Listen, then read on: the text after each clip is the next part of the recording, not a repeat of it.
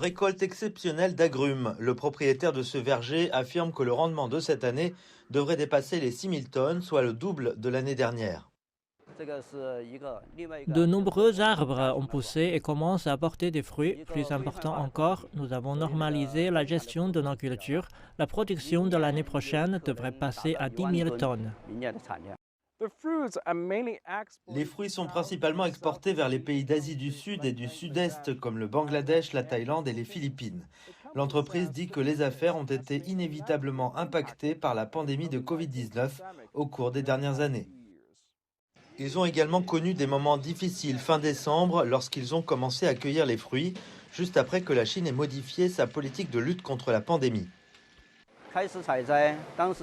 Au début, nous avions environ 200 employés, mais quelques jours plus tard, il n'en restait que 50 ou 60, car beaucoup ont été infectés par la Covid, mais la plupart d'entre eux ont récupéré maintenant et notre production est revenue à la normale.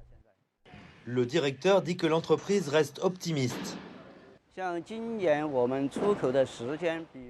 Nous avons commencé à exporter environ 40 jours plus tôt que l'année dernière. La quantité a également augmenté, passant d'un conteneur par jour l'année dernière à 3 ou 4 conteneurs.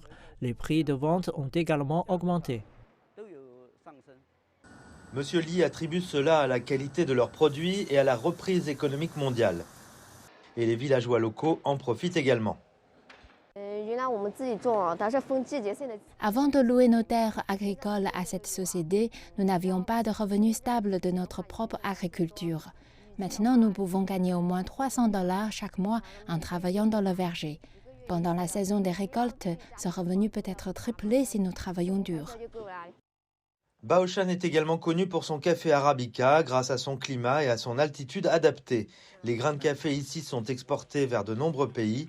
Avec la récolte en cours, le département agricole local estime que le rendement de cette année sera d'environ 20 000 tonnes avec une valeur de production d'environ 134 millions de dollars.